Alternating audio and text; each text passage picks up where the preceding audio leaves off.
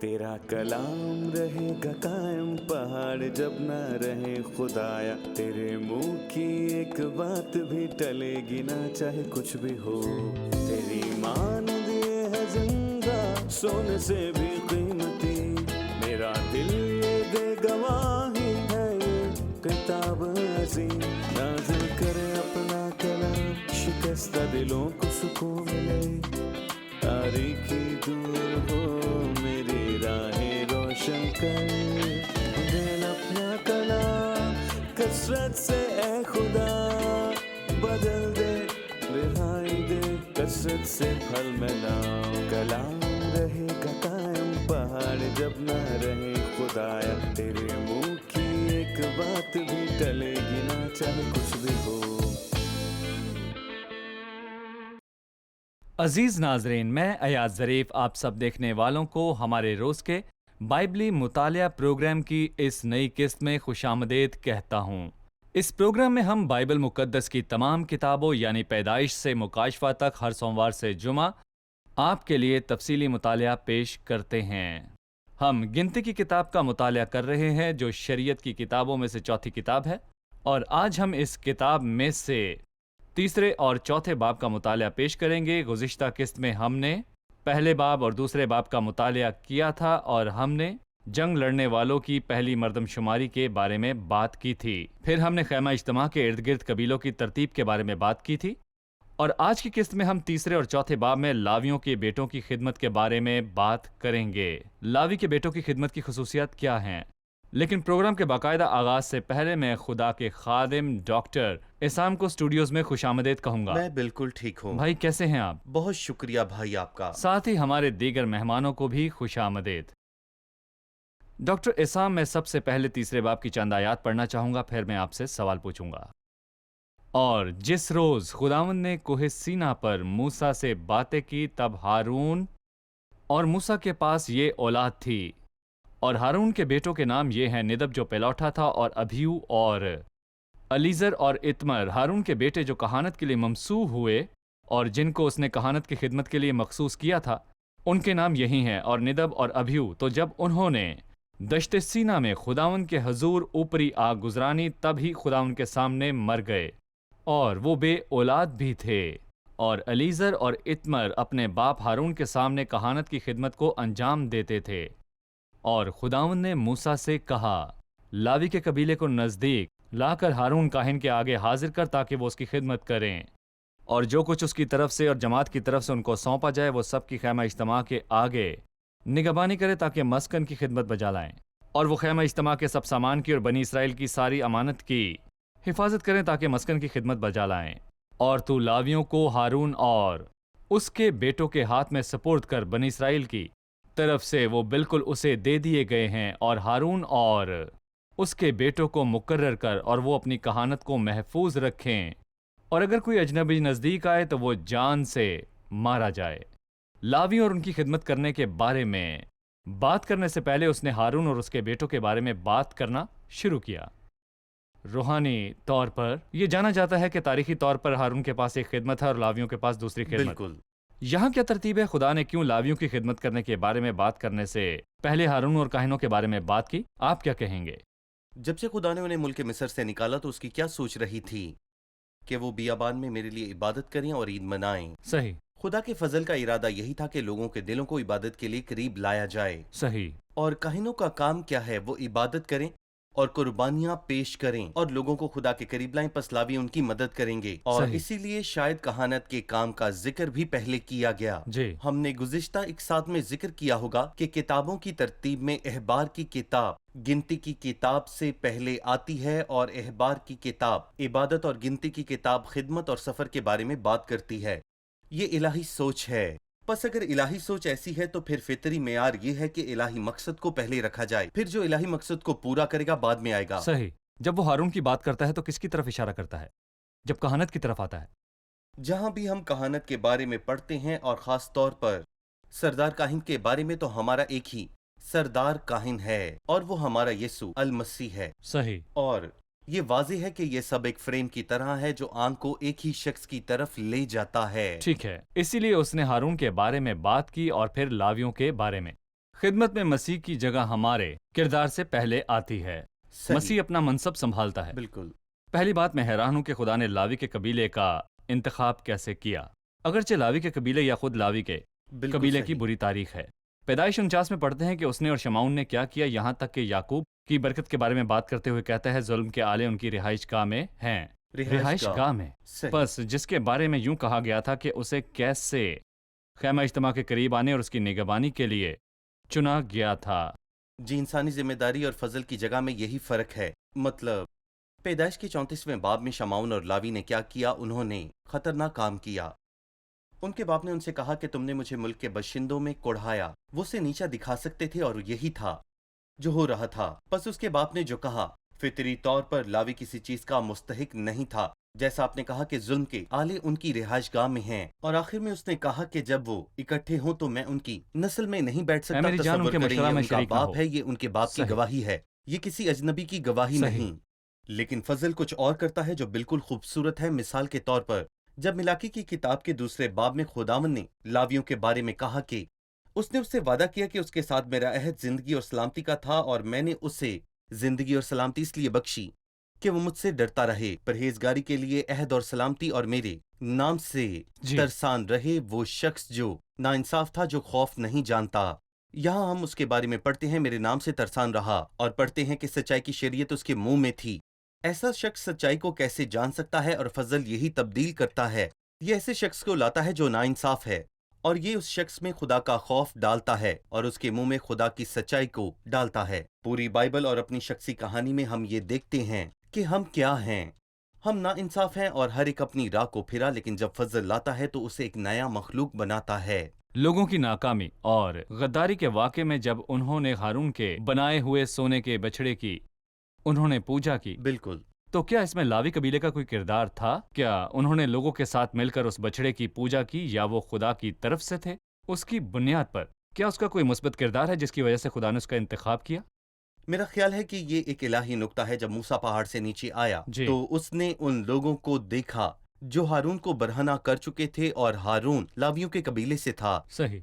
चुनांचे हारून ने लोगों को बरहना कर दिया, और हम देखेंगे इसके बाद मूसा ने खुद कहा कि जो खुदावंद की तरफ है वो मेरे पास आ जाए, और इसके बाद बाइबल कहती है कि तमाम बनी लावी उसके पास जमा हो गए। सही। बस ये वाज़ेह है कि जो कुछ हुआ था उन्होंने उसके खिलाफ सही। मुखालफाना रवैया अपना लिया, क्योंकि वो नाराज थे। फिर उसने उनसे कहा कि अपनी तलवार लटकाए, अपने साथियों, भाइयों और पड़ोसियों के खिलाफ जाओ और इस मामले में रहम ना करो, क्योंकि उन्होंने सही। खुदावंद की तौहीन की है। और मेरा ईमान है कि उन्होंने ऐसा किया, ये इलाही काम का मैं नतीजा अपने है। लिए एक अमली सबक निकालना चाहता हूँ। ये वाज़ेह है कि यहाँ वफादारी का एक वाज़ेह वाक़या है। उस कबीले ने अपने आप को पूरे खैमे की नापाकी से अलग कर लिया, और वो मूसा के पास गए और उससे कहा, हम उसके साथ मुत्तफिक नहीं, बिल्कुल, जो सोने के बछड़े के वाक़े में हो रहा है। और फिर खुदा ने उन्हें खिदमत का हुक्म दे दिया। इसमें से मैं सबक सीखना चाहूँ। बहुत दफ़ा हम देखते हैं कोई खुदा के काम और खिदमत में अपनी इज्जत रखना चाहता है, और वो यहाँ वहाँ खिदमत ना करने की वजह से खुदा से नाराज़ होता है। और फिर जब आप उसकी ज़िंदगी में देखते हैं, उसमें ईमानदारी और खुदा के सामने परहेजगारी को नहीं देखते। कुछ और चीज़ें भी हैं जिनके बारे में हमें जानना बहुत ही ज़रूरी है, लेकिन इसके बारे में बताइए। सबसे पहले ये आया कि मैं उसका बनूं और वो मुझे इस्तेमाल करे। और पहले हमने लावी की तकदीस के बारे में पढ़ा और उनकी खिदमत के बारे में। बस उन्हें खास जगह पर होना होगा जी। जो उन्हें दी गई, और फिर वो अपनी खिदमत करते हैं। और अगर एक आदमी का ताल्लुक खुदा से नहीं तो वो खिदमत की कुव्वत कहाँ से हासिल करेगा?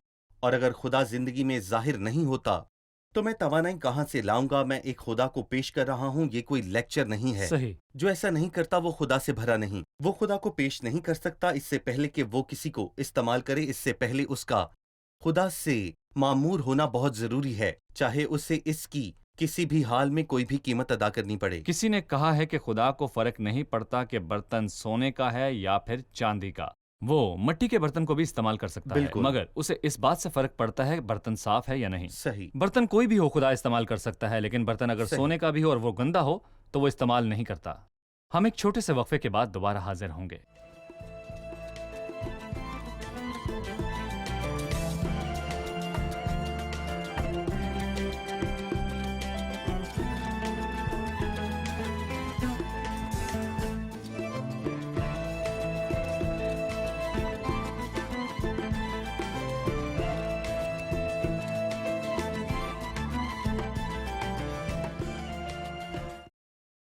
मेरा सवाल दूसरे बाब में से है। जी हमने पढ़ा कि हर कबीला अपने झंडे के साथ या नीचे खड़ा होता था। क्या ये झंडे एक जैसे थे या इनमें कोई फर्क था? जी डॉक्टर एहसान, बेशक इनमें फर्क होना लाजमी है क्योंकि ये मुख्तलिफ झंडा है। यहूदा का झंडा बिल्कुल फर्क था, रोबन के झंडे से मुख्तलिफ था, ये अफराइम से मुख्तलिफ है, ये दान से मुख्तलिफ है, और इसी वजह से हर कोई अपने झंडे की जगह को जानता था और साथ था। और मेरा ईमान है कि जिन लोगों ने इब्रानी जुबान का मुतालिया किया है, एक दफ़ा उन्होंने कहा है कि सरदार काहिन के सीने पर 4 कितारें हैं सही। जिनमें 4 रंग थे, और उन्होंने कहा कि इन झंडों में भी वही रंग थे जो सरदार काहिन के सीने पर पेश किए गए थे। और ये खूबसूरत बात है कि ये लोग अपने मुख्तलिफ बैनरों के साथ चमका करते थे, और उन्होंने ये झंडे उसी रंग से बनाए थे जो सरदार काहिन के सीने पर थे, और हर कितार में एक खास रंग था। हर झंडा उन 4 रंगों में से एक रंग पर ही होता था। सही। अभी हम यहाँ जमीन पर हैं पर मसीह के साथ मुंसलिक है जो सरदार हमारे काहिन लिए के वहाँ साथ। जलाल में है। शुक्रिया डॉक्टर इसाम। वापस लावियों पर आते हैं। हम जानते हैं कि वो कौन है, इस कबीले की जड़ें क्या हैं। उनका जवाल लावी के अपने दिनों में हुआ। उसने शमाउन के साथ क्या किया, लेकिन खुदा के फजल ने खिदमत के लिए उसकी तकदीस की जो उसके पास जा सकता। और कुछ अल्फाज जैसे कि खिदमत करना और ख्याल करना, उनकी खिदमत, खुद लावियों की खिदमत। रसूमात। जी, तो हमें बताइए कि वो इस खिदमत में क्या करेंगे। लेकिन मैं चाहता हूं कि आप लावियों के ताल्लुक, लावियों की तकदीस, लावियों की तहारत और लावियों की तरतीब के बारे में बताइए जो 11वीं आयत में हम पढ़ते हैं। और खुदावंद ने मूसा से कहा कि देख, मैंने बनी इसराइल में से लावियों को उन सबों के बदले ले लिया है जो इसराइलियों में पिलौठी के बच्चे हैं। सो लावी मेरे हों, क्योंकि सब पिलौठे मेरे हैं, इसलिए कि जिस दिन मैंने मुल्क मिस्र में सब पिलौठों को मारा, उसी दिन मैंने भी बनी इसराइल के सब पिलौठों को क्या इंसान और क्या हैवान अपने लिए मुकद्दस किया। सो वो जरूर मेरे हों, मैं खुदावंद हूँ। खुदावंद तमाम इसराइलियों में पिलौठी के बच्चों के बदले लावियों को ले गया, और फिर उसने फसा की रात की कहानी सही। के साथ ताल्लुक कायम किया। मिस्र में क्या हुआ था? लावियों की खिदमत और फसा के दरमियान क्या ताल्लुक है? जी बताइए। फसा की रात क्या हुआ था? क्या उनके गुनाहों के सबब से फरिश्ते उन्हें हलाक करने जा रहे थे? और क्या हलाक करने वाले फरिश्ते तमाम घरों को छोड़ने वाले थे? ऐसी कौन सी वजह थी जो एक शख्स को बचा सकती थी? ये फसा का बर्रा था जिस घर की चौखट पर खून लगा होता था। बाइबल बताती है, मैं उस खून को देखकर तुम्हें छोड़ जाऊंगा। बस वो लोग जिनके घरों की चौखटों पर खून न था, उनके पेलौठों को मरना था, क्योंकि पेलौठा घर का नुमाइंदा सही। है। वो क्यों नहीं मरा? इसलिए कि फसा के बर्रे ने उन्हें बचा लिया था। खुदावंद कहता है कि मिस्रियों के बच्चे, मिस्रियों के तमाम पेलौठे मरेंगे, लेकिन कौन है जो नहीं मरेगा? उसे मरना था पर नहीं मरा, क्योंकि वो मेरा है। लिहाजा इसराइल के हर घराने पर, जी। हर पिलौठे पर मेरा हक है, इसलिए मैं ले लूंगा।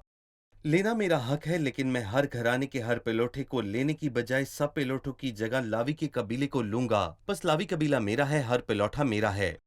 और इसीलिए शायद इस हिस्से में मेरा बहुत दफा दोहराया गया, जैसा कि आपने पढ़ा है। सो लावी मेरे हों क्योंकि सब पिलौठे मेरे हैं। और फिर लिखा है कि सब पिलौठों को अपने लिए मुकद्दस किया। उन्होंने मरना था लेकिन वो नहीं मरे, मैं उन्हें छोड़ दूंगा, लिहाजा वो मेरे होंगे। इसलिए मैं लावियों को उनकी जगह पर ले जाऊंगा। ये बहुत अच्छी बात है कि वो जिन्होंने मर जाना था वो नहीं मरे, और जो जीते हैं वो आगे को अपने लिए ना जिए। एक जी। सबके लिए मुआ था।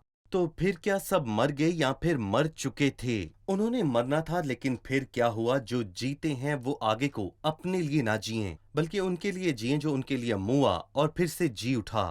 और गोया मुकद्दसीन को खुदा की खिदमत में मुस्तकिल तहरीक के लिए जिस नुक्ते की तरफ लौटता है वो मसीह की सलीब बिल्कुल। है। वो इसलिए सबके वास्ते मुआ कि जो जीते हैं वो आगे के लिए अपने लिए ना जिए, बल्कि उसके लिए जो उनके वास्ते फिर जी मुआ उठा। और जी उठा। 14वीं आयत से शुरू करके हम पढ़ते हैं, फिर खुदावंद ने दश्ते सीना में मूसा से कहा, बनी लावी को उनके आबाई खानदानों और घरानों के मुताबिक शुमार कर, यानी 1 महीने और उससे ऊपर ऊपर के हर लड़के को गिनना। चुनाचा मूसा ने खुदावंद के हुक्म के मुताबिक जो उसने उसे दिया उनको गिना। और नाम लावी है। के बेटों के नाम ये हैं, जेरसून, कहात और मरारी। और ये लावी और मरारी के बेटों के बड़े नाम हैं जिसमें से खानदान आते हैं। इन नामों से हम क्या सीखते हैं? हम इनकी खिदमत पर गौर करेंगे, वो खिदमत जिसका ताल्लुक खैमा इज्तिमा से है।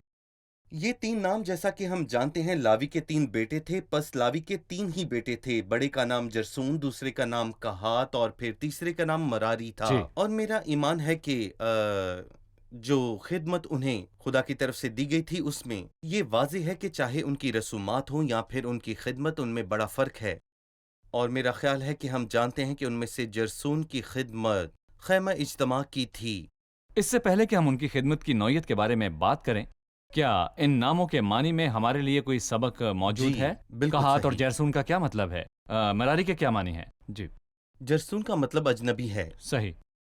اور اس کی زندگی کی بنیاد اس کے نام پر ہی تھی۔ جی ایک اجنبی کی زندگی وہ کیا لے جاتا ہے؟ خیمہ اجتماع۔ وہ خیمہ اجتماع کا پردہ اٹھایا کرتا تھا، اور کہات کا مطلب اجتماع ہے، اور اس کے نام کا مطلب الہی حضوری ہے، جس کے بغیر کوئی اجتماع نہیں۔ لہٰذا صحیح۔ ان کا کام پاک ترین مکان میں تھا۔ اس کام کے لیے ہمیشہ کہاتی ذمہ دار تھے۔ یہ وہ کام تھا جو انہیں اندر کرنا ہوتا تھا پاک ترین بالکل۔ مقام میں۔ مراری کا مطلب کڑوا ہے، اور ان کا کام کچھ اس قسم کا تھا جو کہ سخت محنت طلب کام ہے۔ خدا کے لوگوں میں رہائش گاہ میں کچھ بھاری کام بھی ہیں، اور میرا خیال ہے کہ مراری بھاری کام ہی کیا کرتے تھے، یہاں تک کہ وہ چیزیں جو وہ اٹھاتے تھے وہ بھی بھاری تھیں، اور یہاں تک کہ وہ تختیاں، سلاخیں اور بھاری چیزیں اٹھاتے تھے اور بینڈے اور خیمہ اجتماع کی۔ اور میرا ایمان ہے کہ ان کا نام بتاتا ہے کہ خدا تقسیم کرنے میں کتنا زبردست ہے، کیونکہ ناموں کے حساب سے انہیں خدمت دی گئی۔ لہٰذا ہم کہہ سکتے ہیں کہ ان 3 ناموں کا روحانی طور پر ایمانداروں کے کام پر اطلاع کر سکتے ہیں۔ بالکل۔ کیا مختلف ایماندار اجنبی اقسام۔ ہے؟ جی، ایماندار اجنبی ہے۔ جیرسون کا یہی مطلب ہے۔ زمین پر ہمیں خاص وقت کے لیے ہیں۔ ایماندار اپنی خدمت میں تکلیف اٹھاتے ہیں اور وہ مسکن کے تختے اٹھاتے ہیں، اور یہ مراری کا مطلب ہے۔ ایمانداروں کو خدا تک رسائی کا حق حاصل ہے، اور وہ خدا کے مقدس معاملات کا خیال رکھتے ہیں، اور یہ کہات ہے اجتماع۔ لہٰذا یہ 3 نام ایمانداروں کی خصوصیات اور زمینی خدمت کے بارے میں بات کرتے ہیں۔ مجھے ان 3 ناموں کی ذمہ داریوں کے بارے میں بتائیے، اور یہ بھی کہ ہم ان سے کیا سبق سیکھتے ہیں۔ تو جیرسون کیا اٹھاتا تھا، اور ہم روحانی طور پر اس سے کیا سیکھتے ہیں؟ جرسون پردے، خیمے اور وہ سب کچھ جو کپڑے کا ہے جی، لے جاتا تھا۔ خیمے میں وہ سب کچھ، خیمے میں وہ جو کپڑے کا ہے۔ جی وہ سب جو کپڑے کا ہے، وہ سب کپڑے جو خیمے میں ہیں انہیں خوبصورت رنگوں کے ساتھ لے لہٰذا جاتے وہ تھے۔ کتان جو باہر کی طرف تھا، ان سب کا لہٰذا وہ اور کتان جو خیمے باہر کا کی طرف تھا، بیرونی پردہ بیرونی صحن اور کا پھر دروازہ۔ بیرونی صحن کا دروازہ، جی اندرونی خوبصورت پردہ تو خس کی کھالیں، اور پھر اس کے بعد آتا ہے ڈھانپنے والا پردہ۔ اور میں یہاں بتانا چاہوں گا کہ یہ سبھی کام جرسون کے کام تھے۔ یہ بیرونی ظاہری شکل ہے، اور اس کا کچھ حصہ تکس کی کھالوں کی طرح تقویت دیتا ہے، اور اس کا ایک حصہ بیرونی شکل دیتا ہے، اور ایک حصہ خیمے کی اندرونی خوبصورتی دکھاتا ہے۔ صحیح۔ اور کہات پاک ترین مکان اور مقدس چیزوں کے پاس کام کرتا تھا جنہیں کوئی چھو نہیں سکتا۔ بالکل جی بالکل، جی صحیح۔ وہ بھی انہیں چھو نہیں سکتے تھے، یہاں تک کہ خداوند نے موسیٰ اور ہارون کو خبردار کیا کہیں وہ داخل نہ ہوں اور نہ ہی چھونے پائیں اور نہ ہی اسے دیکھنے پائیں۔ تم ان کے لیے تیار کرنا اور یہ لے جی جائیں، اور وہ سب کچھ اپنے کندھوں پر لے جائیں۔ وہ شمعدان اور بخور کی قربان گاہ اٹھاتے، وہ روٹیوں کی میز اٹھاتے، اور وہ پیتل کی قربان گاہ اور وہ پاک چیزیں جن کا تعلق پاک مکان اور پاک ترین مقام سے ہے، وہ ان تمام چیزوں کو اپنے کندھوں پر اٹھاتے۔ صحیح۔ یہ ان لوگوں کا گروہ ہے جو بہت قریب تھے، جو پاک چیزوں کے ساتھ پیش ہوتے تھے۔ مراری جن کا ہم نے کچھ دیر پہلے ہی ذکر کیا تھا، وہ بھاری چیزیں اٹھاتے تھے۔ اور یہ بھاری چیزیں کون سی تھیں؟ بھاری چیزوں میں لکڑی کے تختے ستون اور شامل تھے۔ بینڈے اور ستون شامل تھے، اور رسیاں اور میخیں اور سب بھاری چیزیں شامل تھیں۔ یہ مراری کا کام تھا، لیکن خدا نے بڑی تفصیل سے ہر چیز کا خوبصورت منصوبہ بنایا تھا، اور پھر ہم بعد میں دیکھیں گے کہ کوئی بھی چیز لے جانے کے عمل سے باقی نہ رہی۔ صحیح۔ ہم خدمت اور ان کے الہی کردار کے بارے میں پھر بات کریں گے۔ بالکل۔ ابھی ہم ایک وقفہ لیں گے اور اس کے بعد دوبارہ حاضر ہوں گے۔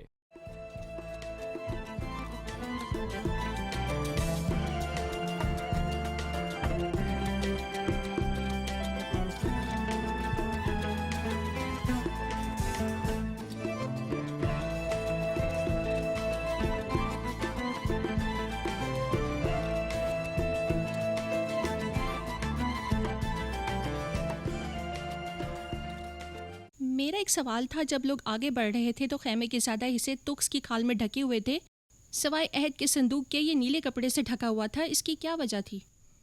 جی، وہ بخور کی کھال میں لپٹے ہوئے تھے۔ بخور کی کھال خوبصورت نہ تھی، لیکن وہ دونوں طرف سے بہت پائیدار تھی۔ پس خدا کی خدمت اور خدا کے لوگ جب چل رہے ہوں تو ضروری نہیں کہ لوگوں کی نظر میں ان کی قدر اور ان کی عزت بہت زیادہ ہو۔ صحیح۔ لہٰذا ان کی طرف کوئی ایسی نظر ڈال سکتا ہے جیسے کہ وہ محض تخس کی کھالیں ہوں۔ لہٰذا عہد کا صندوق جو مسیح کی طرف اشارہ کرتا ہے وہ لازمی طور پر نیلے کپڑے سے ڈھانپا ہونا چاہیے الہی سفر کے دوران، اور اگرچہ کہ وہ غریب ہیں پر آسمانی سفر ان کے درمیان ہے، جی۔ اور یہ آسمانی سفر ان غریب لوگوں میں واضح ہے جو دوسروں سے حقیر سمجھے جا سکتے ہیں۔ ٹھیک ہے، شکریہ۔ لیکن صندوق مکمل طور پر مختلف تھا، یہ مسیح کی یہ شخصیت مسیح کی نمائندگی زندگی کی کرتا ہے، نمائندگی نیلا کرتا رنگ ہے۔ علامت ہے۔ نیلا رنگ آسمان کی طرف اشارہ ہے۔ صحیح۔ ڈاکٹر احسان، جب ہم واپس لاوی کے بیٹوں کے خاندان پر جاتے ہیں اور آپ نے ان میں سے ہر ایک کی خدمت کا ذکر کیا، جیرسون درست۔ کیسے خدمت کرتا تھا، کہات کیسے خدمت کرتا تھا، اور مراری کیسے خدمت کرتا تھا، جی، اگر اب میں ان کرداروں پر نظر ڈالوں تو میں کیا کہوں گا؟ مبارک ہے وہ جو کہاتیوں کی خدمت سر انجام دیتا ہے، کیونکہ وہ لوگ بالکل۔ خیمہ اجتماع کے اندر موجود تمام چیزوں کے قریب تھے، شمعدان، بخور کی قربان گاہ اور وہ سب جو خیمہ اجتماع کے اندر تھا۔ لیکن مراری کے بچوں میں سے کوئی جس کے پاس بھاری کام ہے، جو تختے، بینڈے اور ستون اور بھاری چیزیں اٹھاتے ہیں، وہ بھاری چیزیں جو انہیں تکلیف دیتی اور تھکا وہ دیتی ہیں، سخت جان ہیں۔ جی، ہو سکتا ہے ان میں سے کوئی اسے پسند نہ کرتا ہو کہ اس قبیلے میں لوگ تھکتے ہیں اور دوسرے قبیلے میں لوگ تھکتے نہیں، وہ آرام کرتے ہیں اور بہت کچھ، ساری محنت کرنے کے بعد سب کچھ دوسرے ہی لے جاتے ہیں اور ہم تھکے ہی رہ جاتے ہیں۔ کیا خدا انہیں چھوڑ دیتا ہے جو کسی کی مدد کیے بغیر کام کرتے ہیں، یا انہیں جو بغیر کیے کام بہت سا مال بٹورتے ہیں؟ ایسا ممکن نہیں۔ شاید بعد میں ہم دیکھیں کہ انہیں مدد فراہم کی گئی جو زیادہ چیزیں اٹھاتے اور سخت کام کرتے تھے۔ ان کی خدمت کے سائز کے مطابق غیر معمولی مدد دی گئی، کیونکہ خدا نا انصاف نہیں کہ کسی کو وہ خدمت دے جو وہ کرنے کے قابل نہیں، ایسا نہیں ہو سکتا۔ وہاں ان کے لیے مدد موجود تھی، اور مجھے امید ہے کہ ہم دیکھیں گے جو سخت کام کرتے تھے وہ بہت زیادہ تھے، اور جب میں نے پڑھا تو حیران ہو گیا۔ وہ اسے اٹھا کر 2 دن تک چل سکتے تھے، اور خیمے کے بننے اور پھر اکھاڑنے کا عمل بادل پر منحصر تھا۔ اس طرح کے بڑے خیمے کو 2 دنوں میں اکھاڑا کیسے جا سکتا تھا؟ اور وہ لوگ جو خیمے میں مختلف خدمتیں سر انجام دیتے تھے، ان کی تعداد 8580 تھی۔ یہ لاوی ہیں جو 30 سال سے اوپر ہیں۔ پس یہ حیران کن نہیں کہ 8580 لوگوں کے مختلف کردار اور مختلف خدمتیں تھیں، لیکن خدا نے انہیں مناسب طور پر خدمتیں سونپی تھیں، اور خدا نے ہر چیز کے لیے منصوبہ بنایا۔ مثال کے طور پر کسی کے لیے تیل لے جانے کا منصوبہ۔ کیا یہ لکھا ہے تیل لے جانے کا منصوبہ؟ تو جی ہاں، لکھا ہے بخور کسے لے جانا چاہیے اور اس کی دیکھ بھال کی جاتی ہے۔ مثال کے طور پر رسیاں اور میخیں ان کی تعداد کے حساب سے گنتی کی جاتی، میخیں زمین میں گاڑی جاتی ہیں اور ڈوریوں سے خیمہ باندھا جاتا ہے۔ کیا ان کی فہرست تھی؟ جی ہاں، بالکل تھی۔ کون ان کو اٹھائے گا اس کا بھی منصوبہ بنایا گیا، اور مدد اور الہی درستگی ہر چیز کو زبردست طریقے سے ترتیب دیتی ہے، اور خدا ہر چیز کی فکر کرتا ہے جو ہم بھول سکتے ہیں لیکن وہ کبھی نہیں بھولتا۔ صحیح۔ بس خدا کی خدمت میں کرداروں کی تقسیم کا انحصار خدا پر ہے، لیکن یہ بھی اہم ہے کہ ہر کوئی ایک چیز نہیں کرتا، نہیں، لیکن ہر کسی کا اپنا کام ہے، بالکل بہت سارے ممبرز، بہت سارا کام، لیکن وہ سب کو ایک ساتھ جوڑتا ہے، وہی سر ہے۔ صحیح۔ مراری کے بیٹوں کے بارے میں آپ سے بات کرنا چاہتا ہوں۔ مراری کے بیٹے جو پہلے تختے اٹھاتے تھے، ہم نے خروج کی کتاب میں خیمہ اجتماع کے مطالعے کے دوران سیکھا تھا کہ تختے ایمانداروں کی نمائندگی کرتے ہیں جو خیمے کی تشکیل کرتے بالکل۔ ہیں۔ پس تختے اپنی حالت میں جی، اپنے فرد میں ایمانداروں کی نمائندگی کرتے ہیں، اور وہ جو تختوں کا کام اٹھانے کا کام کرتا ہے۔ میں پوچھنا چاہوں گا کہ اس کا کیا مطلب ہے کہ مراری کے بیٹے خیمے کے تختے اٹھاتے ہیں؟ جی، خدا کے لوگوں کی دکھوں میں فکر کرنا اور ان کا درد بانٹنا خدمت نہیں۔ یہ مقدس چیزوں کی براہ راست خدمت نہیں، لیکن کچھ لوگوں کا کام ہے۔ خدا لوگوں کو کچھ جی۔ خاص جذبات اور خاص توانائی اور ذہنی صلاحیتوں کے ساتھ تیار کرتا ہے، اس قابل بناتا ہے کہ وہ مسئلے کا حل کریں، اور وہ جو دل برداشتہ ہیں ان کی مدد کریں اور ان کو اٹھائیں۔ اگر ان کی مدد نہ کی گئی تو وہ آگے نہیں بڑھ پائیں گے، اور خدا انہیں اٹھانے کے لیے کسی کو بھیجتا ہے۔ یہ بلا وجہ ہے کہ وہ تختوں کو چھوڑ کر صندوق کو اٹھائیں، لہٰذا خدا انہیں اٹھانے کے لیے کسی کو بھیجتا ہے۔ اور جیسا کہ آپ نے ذکر کیا ہے کہ خدا انہیں بڑی مدد فراہم کرتا ہے جو بہت سی چیزیں اٹھاتے ہیں۔ خدا انہیں جذباتی توانائی دیتا ہے جو انہیں کام کے لیے چاہیے۔ بس یہ ممکن ہے کہ کوئی کہات کی طرح عبادت اور خدا کے ساتھ تعلق میں مقدس چیزوں کے ساتھ کام کرے۔ یہ عبادت میں بہت ہی اچھا ہے، لیکن ایک چھوٹے سے مسئلے کے سامنے وہ گر جاتا ہے، وہ اس کے سامنے کھڑا نہیں ہو سکتا، وہ اس کے لیے تیار نہیں۔ اور ہو سکتا ہے کہ کوئی دوسرا جو مقدس چیزوں سے دور ہے لیکن وہ جذباتی اور نفسیاتی طور پر روحانی توانائی کے ساتھ بالکل تیار ہے اور اس کا بنیادی کام لوگوں کے دکھ درد میں ان کا ساتھ دینا ہے. بس تمام ایماندار نہیں اٹھا سکتے، نہیں. تمام ایماندار مسائل میں مداخلت نہیں کر سکتے، تمام ایمانداروں کا وہ بھاری وزن نہیں اٹھا سکتے. باقی کے ایماندار اور نہ ہی باقی ایماندار اس ماحول کے قریب آ سکتے ہیں جو کہاتیوں کا کام تھا. ہر کسی کا اپنا کردار ہے، بالکل. اپنا کام ہے. بس ہر کوئی تابوت نہیں اٹھا سکتا جی اور ہر کوئی تختے اٹھانے کے قابل بھی صحیح. نہیں. مطلب کوئی نہیں. شکریہ. پروگرام کا وقت ختم ہوا جاتا ہے. اب ہم مہمانوں سے رائے جانیں گے. آج کے پروگرام سے آپ نے کیا سیکھا؟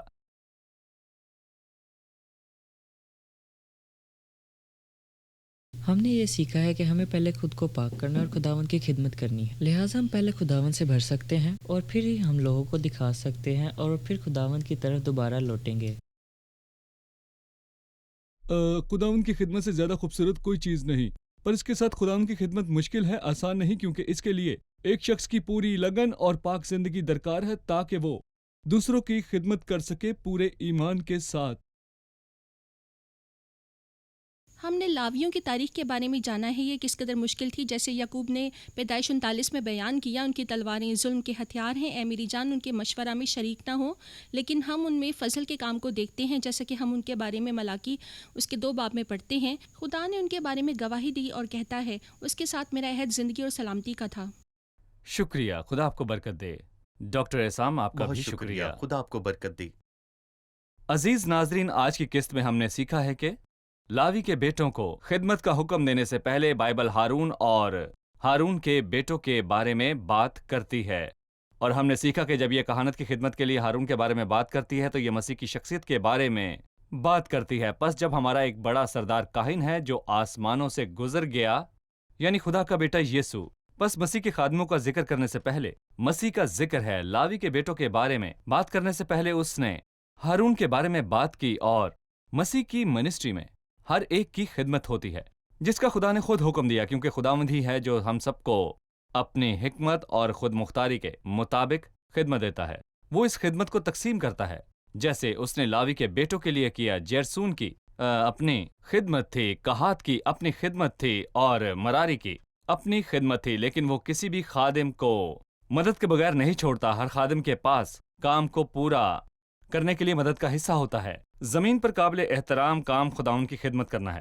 عبادت میں اس کی خدمت کریں، بھائیوں کی خدمت میں خداوند کی خدمت کریں. جب آپ اپنے بھائیوں کو ساتھ لے کر جاتے ہیں اور اپنے بھائیوں کے لیے دعا کرتے ہیں تو آپ مراری کے بیٹے ہیں جو خیمہ گاہ کے تختے لے کر جاتے ہیں. آپ مبارک ہیں اگر آپ خدا کی خدمت کیے بغیر اور بغیر فکر کے کرتے ہیں. بس میرے عزیز بھائیوں، ثابت قدم اور قائم رہو اور خداوند کے کام میں ہمیشہ بڑھوتی دیتے رہو، کیونکہ یہ جانتے ہو کہ تمہاری محنت خداوند میں بے فائدہ نہیں ہے.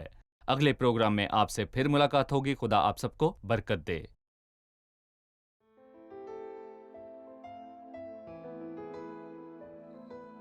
تیرا کلام رہے گا قائم، پہاڑ جب نہ رہے خدایا. تیرے منہ کی ایک بات بھی ٹلے گی نہ، چاہے کچھ بھی ہو. تیری مانند یہ ہے زندہ، سونے سے بھی قیمتی. میرا دل یہ دے گواہی ہے، یہ کتاب عظیم. نازل کرے اپنا کلام، شکستہ دلوں کو سکون ملے.